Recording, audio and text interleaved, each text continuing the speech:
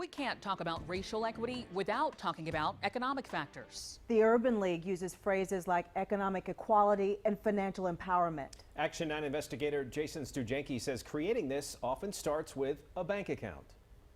Yeah, a bank account. It sounds so simple, but I've read a lot of studies about who does and doesn't have bank accounts, and minorities are vastly underrepresented.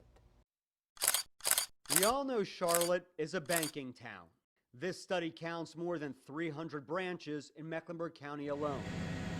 But even so, many people don't have bank accounts, especially African Americans.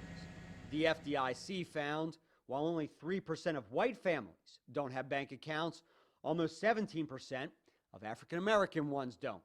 One big reason? Access to banks. According to multiple reports, there just aren't many branches in a lot of minority neighborhoods. They're not in their communities, so they have to go out of their community to go to a bank. It's inconvenient. It's very inconvenient. I wanted to see for myself, so I asked the Urban Institute for a map showing the concentration of banks and credit unions in Mecklenburg County. It sent me this. The darker the color, the more branches. In that area, the lighter, the fewer. You can see a lot of predominantly African American neighborhoods are very light, what I call bank deserts, like along Graham Street. So I went there to talk to people. I don't have a bank account. How come? You're young. Yeah, that's why. And when there are banks in predominantly minority neighborhoods, reports like this one say nationally, those branches tend to require higher minimum balances than banks in white neighborhoods. That's where banks and credit unions like Mechanics and Farmers Bank come in. They're called Community Development Financial Institutions, CDFIs. The federal government gives them money to focus on minority and low-income neighborhoods. Our bank is the second oldest African-American owned bank in the United States. James Sills is the president and CEO of Mechanics and Farmers. It's all about access to capital. And as you're aware, there's a huge wealth gap in this country. And so banks like ours, we kind of fit in to help reduce that wealth gap. It's our mission. It's what we're all about. So Claudie Johnson is an executive with another CDFI, Self-Help Credit Union. We're here to serve the little guy. You know, the little guy that's forgotten in many cases.